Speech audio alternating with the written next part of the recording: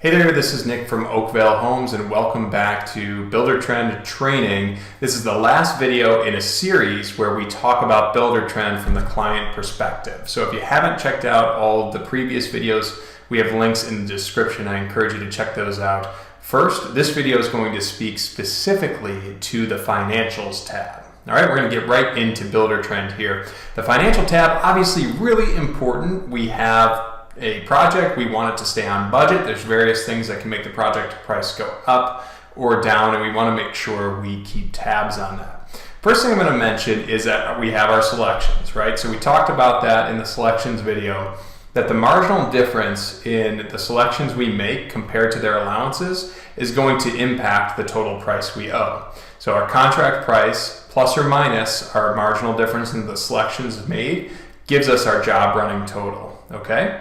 That's one factor. The other factor is change orders. If we're executing any change orders, that would influence the price too. Now, a change order is typically thought of to be an extra on a project. However, we also execute change orders if we reduce scope, okay? So if our initial bid had something in it like maybe a mudroom or a powder room that we then take out of scope, if we decide to do that for whatever reason, we can actually execute a change order for a negative amount as well, and that would actually reduce the total cost. So I'm going to talk about change orders as well. First, let's get into your invoices. So if we go to this tab here, the financial tab, and we go to invoices, this will show you all the invoices that have been released to you. Now, in this case, we show invoices that have been paid, and we also show one that's pending, and its appropriate deadline here as well. Now the deadline, remember, is linked to schedule items. So per your contract, you don't owe us any money until we finish different parts of the project. So this one is called Drywall Complete. It's got a deadline of 3/26/2021. That's because that's the date on which drywall is scheduled to be complete. If for whatever reason that pushes out, then the invoice is not due until it's done. And so that's, again, what's really cool about the schedule. Everything is linked together. So if you were to look in this and see, you want to know when work is being completed, you'll also be able to see that when we have this hang and finish drywall item here, and then we have an invoice tied to it. So if this were to move, your invoice would not be due until that's complete. All right, everything is tied to the schedule. And you can, of course, click on this to see what the information is. This is going to tie specifically to that, the entire contract that we've executed.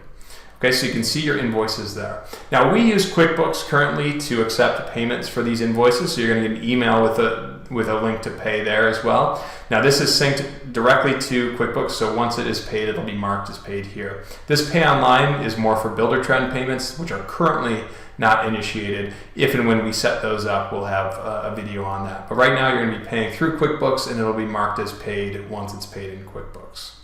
Okay, so those are your invoices, and those are going to follow that schedule that was outlined in your contract. Okay, and then we have change orders. So we see here that I have a change order showing up in my what's new, and that also shows up in my summary.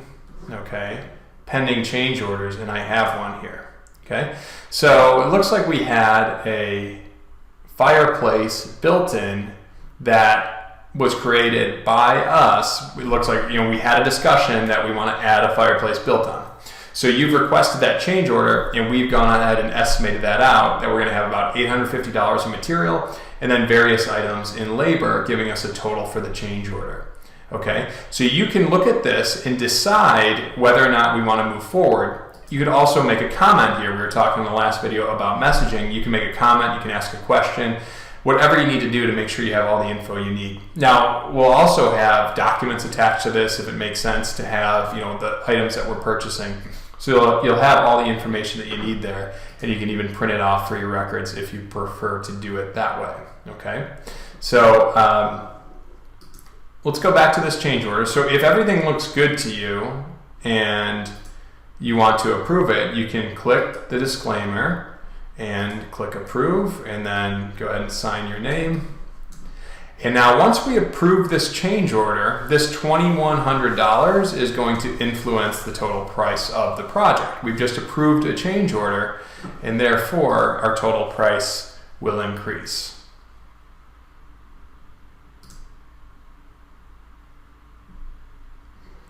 All right, so we see here that we have our contract price, plus our change orders, minus, in this case, our selections made, gives us our job running total. And then we've made $61,000 worth of payments. That means we have about $61,000 remaining balance, okay? And we can print this if we want to have that update. So the system is going to keep track of that throughout. And we have everything right here, all the details we need to show that layout, okay? And that's all nice and neatly organized for us. All right, this is obviously really important to the project. We want to make sure that we're not going too far over budget, and that's the reason we have all these approvals in place, right? So the last thing we'll mention on this and the change orders is once that change order is approved, don't worry about the invoices. The way that we're going to work all these invoices is we're going to keep just about all of them relatively close to whatever the contract was as far as being those progress payments. Whenever we have change orders, we'll probably just have those invoiced separately, but we'll have that conversation, make sure we'll do something that's comfortable for you, but you'll see those all laid out and they'll all follow the same methodology there. All right, so that is the financial tab. Again, a really important part of the project. The estimate, you're not going to have to worry about that. The estimate is if we were doing like a time and materials type situation, which we're not. All of our contracts are fixed price to you, so you don't have to worry about things fluctuating there. All right, so that about rounds out our introduction to Buildertrend. We encourage you to use the system. It really helps to keep everything all in one place. Again, we're using it anyways. We're using it internally for all of the project management that we have to do, so we'd love to have you involved as well. As I mentioned on the very first video, communication is probably the most important aspect of a properly run and executed project. So we're looking forward to seeing you in Buildertrend. Any questions that you have, go ahead and email us directly or add comments to the videos here and we'll get those answered for you. Thanks for joining me.